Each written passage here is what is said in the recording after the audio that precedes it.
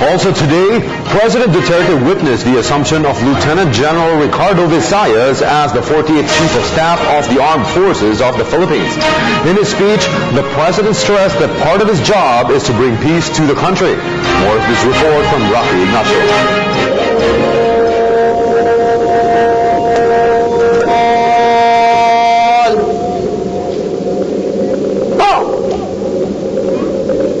This was the first time that President Rodrigo Duterte entered Camp Aguinaldo as Commander-in-Chief of the Armed Forces of the Philippines. Arrival honors were immediately rendered for the 16th President. President Duterte led the change of command for the new AAP Chief of Staff, Lieutenant General Ricardo Visaya, replacing Lieutenant General Glorioso Miranda. In his statement, Duterte said that going into war is not an option to ensure peace and security. He gives emphasis on attaining lasting peace and development in Mindanao and to end violence by Abu Sayyaf. Next week we're to talk to the MI, and eventually I think I'll have to travel to Pulo to talk to Noor.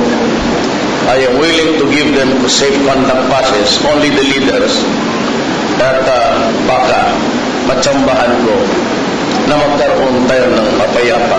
And if that happens really, I can retire happy and I can look back and say that I did my duty in nation building. It is not a war to be fought forever. We cannot fight forever. The President expressed readiness to visit Sulu Province to talk with the leaders of MNLF and MILF. My job is to bring peace. My job is to talk to the enemies of the state, to the Communist Party of the Philippines, to the MILF, and to the MN, and see if I could make a difference in our lives. Alam mo, hindi ko sinabi ang Abu Sayyaf neither dito o sa criminal campaign natin, because the Abu Sayyaf is closely connected with the issue of Mindanao. Originally, mga taong sila ito ng MN, pati mga anak na yung MN ngayon, pati MI. And that was where the futility be solved in the Mindanao issue.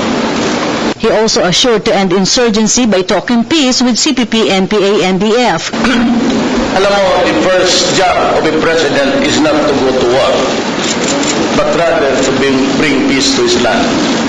So even before I was already proclaimed, but before assumption of office, I was busy going around Mindanao and talking to a lot of people to bring about peace in our land.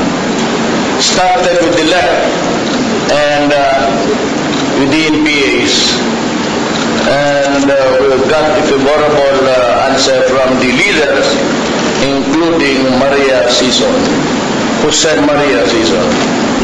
Alam mo, it was in the 1970s na nakinig ako kay Maria Sison, Jose Maria Sison, talking about revolution.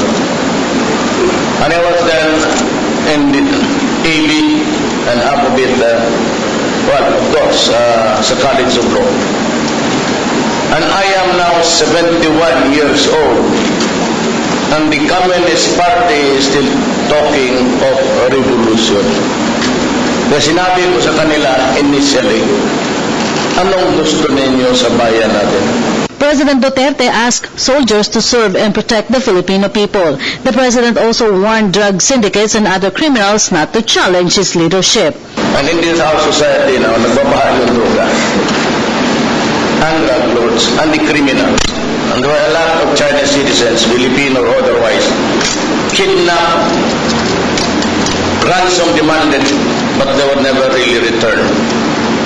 So tinapon lang nila, nilibing nila mo.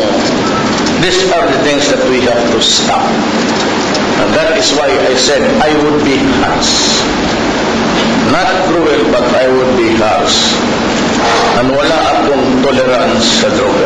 Zero. So, yan ang laban natin ngayon. Kayong nagbakasyon dito from the fields in Mindanao and in the Visayas, you might want just to join the hunt for them. We will drug lords once and for all. We have to stop this practice sa bilibid. Bitawan na ninyo yan o kainin na ninyo ngayon ang supply ninyo. O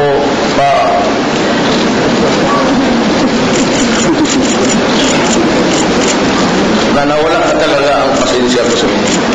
Ini-insulto ninyo kami. Nasa hinuling ko kayo sa Davao kasi nagluluto kayo ng Cebu. Hindi ko kayo pinatay dahil magalit ng human rights. Dinala ko kayo dyan sa Muntinlupa after conviction at pagdating dyan, nagluluto na naman ng Cebu. Anong klase?